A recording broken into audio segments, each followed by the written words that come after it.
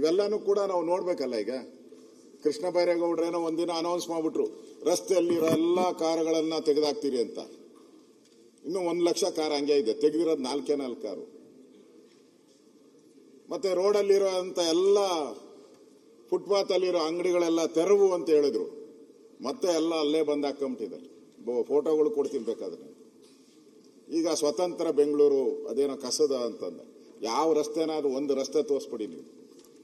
ಒಂದು ರಸ್ತೆ ಏನಾದ್ರೂ ಕಸ ಇಲ್ಲದ ರಸ್ತೆಗಳು ಬೆಂಗಳೂರಲ್ಲಿ ತೋರಿಸ್ಬಿಡಿ ನೋಡೋಣ. ಅವಾರ್ಡ್ ಕೊಟ್ಬಿಡ್ತೀನಿ. ಪ್ರಜಾವಾಣಿ ಅಂತೂ ಎವ್ರಿ ಡೇ ಒಂದು ಕಾಲಮ್ ಮಾಡಿಬಿಟ್ಟಿದ್ದಾರೆ ಪ್ರಜಾವಾಣಿಯವರು. ನಾನೇನು ಹೇಳ್ತಾ ಇಲ್ಲ ಜಾರ್ಜ್ ಅವರೇ, ನಾನೇನು ಹೇಳ್ತಾ ಇಲ್ಲ ಕೃಷ್ಣ ಅವರು, ನಾನೇನು ಹೇಳ್ತಾ ಇಲ್ಲ. ಪ್ರಜಾವಾಣಿ ಡೈಲಿ ಹಾಕ್ಬಿಟ್ಟಿದ್ದಾರೆ ನೋಡಿ, ಎವ್ರಿ ಡೇ. ಕಳೆದ 3 ತಿಂಗಳಿಂದನೂ ಆಗ್ತಾ ಇದ್ದಾರೆ. ಇದನ್ನ ನಾವು ಬದಲಾವಣೆ ಮಾಡಿದ್ರೆ ನಮ್ಮ ವಿಷನ್ಸ್ ಏನಿದೆ ಅದಕ್ಕೆ ರೀಚ್ ಆಗ್ಬೋದು. ನಾವು ಬೆಂಗಳೂರನ್ನ ಸುಂದರ ಮಾಡಬೇಕು, ಬೆಂಗಳೂರನ್ನ ಡೆವಲಪ್ ಮಾಡಬೇಕು ಅಂತ ಹೇಳಿದ್ರೆ ಇಲ್ಲಿರೋ ಜನಕ್ಕೆ ನಾವು ಫೆಸಿಲಿಟಿ ಕೊಡ್ಬೇಕು. ಮೊದಲು ಇಲ್ಲಿರೋ ಜನ ನೆಮ್ಮದಿಯಾಗಿ ಬದುಕಕ್ಕೆ ಅವಕಾಶ ಕೊಡ್ಬೇಕು ನಾವು.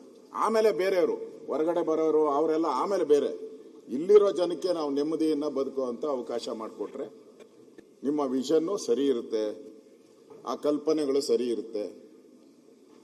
ನಾವು ಕೂಡ ಅದಕ್ಕೆ ಸಹಕಾರವಾಗಿ ನಿಮ್ಮ ಜೊತೆ ನಿಲ್ತೀರಿ. ಅಭಿವೃದ್ಧಿ ದೃಷ್ಟಿಯಿಂದ ನಾವೇನು ವಿರೋಧ ಮಾಡಲ್ಲ. ಇವತ್ತು ತಾವು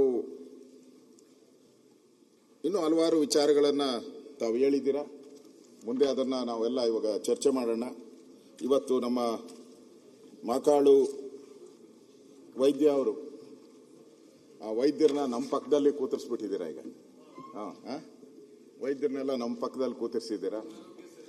ನಮ್ಮ ಆರೋಗ್ಯ ಸರಿ ಹೋಗ್ಲಿ ಅಂತ ಬಹಳ ಸಂತೋಷ. ಹಿಂದೆ ನಮ್ಮ ರುದ್ರಪ್ಪ ಲಂಬಾಣಿಯವರಿದ್ರು, ಬಹಳ ಕೋಆಪರೇಟಿವ್ ಆಗಿದ್ರು. ಪಾಪ ನಾನೇನ ಮರ್ತರೆ ಎತ್ತಿ ಕೊಡೋರು ಕೈಗೆ. ಅವರು ನಾನೇನೋ ಭಾಷಣದಲ್ಲಿ ಏನಾನ ಮಿಸ್ಟೇಕ್ ಆದ್ರೆ ಎತ್ತಿ ಕೈ ಕೊಡೋರು. ರಿಯಲ್ ಆಗಿ ಒಳ್ಳೆ ಮನುಷ್ಯ, ಒಳ್ಳೆ ಮನುಷ್ಯ. ಅದರಿಂದ ಅವರು ನಮ್ಮ ಜೊತೆ ಹಾಗೇ ಇರಲಿ, ಯಾಕಂದ್ರೆ ಪಕ್ಕದಲ್ಲಿ ಕೂತಿರೋದ್ರಿಂದ ಒಳ್ಳೆ ಸ್ನೇಹ. ಈಗಲೂ ಅಷ್ಟೇ ಸ್ನೇಹಿತರಿದ್ದಾರೆ ಲಂಬಾಣಿಯವರು. ಇವತ್ತು ಇಂಡಿಪೆಂಡೆಂಟ್ ಆಗಿ ಜಿಲ್ಲಾ ಭಾವನೆ ನಾನು ವ್ಯಕ್ತ ಮಾಡ್ತಾ ಇದ್ದೀನಿ. ಮಾನ್ಯ ಡಿ ಕೆ ಶಿವಕುಮಾರ್ ಅವರು ಇರೋರಿಗೆಲ್ಲರಿಗೂ ಕೂಡ ಮೂಗು ತುಪ್ಪ ಸವರ್ತಾ ಇದ್ದಾರೆ, ನೋಡ್ತಾ ಇದ್ದೀನಿ. ಅವ್ರು ಬಂದಾಗಿಂದನೂ ಕೂಡ ಎಲ್ಲರಿಗೂ ಅದೇ, ನಿಮಗೂ ಅದೇ ಹೇಳಿದ್ರು. ಅಲ್ಲಿ ಕೂತವರು ಮುಖ್ಯಮಂತ್ರಿ ಆಗ್ತೀರಾ ನೀವು? ಅಲ್ಲ, ಯೋಚನೆ ಮಾಡಿ, ಆಗ್ತೀರಾ? ಈಗ ಹೆಂಗ್ ಬಂದೈತೆ ಹಂಗ ಬಂದ್ರೆ ಅಶೋಕಣ್ಣ, ಜಗತ್ತಿಗೆ ಗೊತ್ತೈತೆ. ಅಶೋಕಣ್ಣ, ಈಗ ನನ್ನ ಮುಖ್ಯಮಂತ್ರಿ ಆಯ್ತಾನೆ ಅಂತ ನೀವು ಹೇಳ್ತಿದ್ರಾ?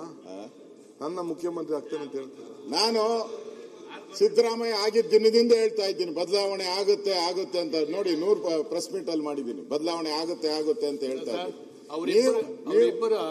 ಅವರಿಬ್ಬರ ಗಾಯಕ್ಕೆ ಒಳ್ಳೆ ಮುಲಾಮ್ ಸೌರ ಕೆಲಸನ ಇವತ್ತು ನೀವು ಮಾಡಿದಿರಿ.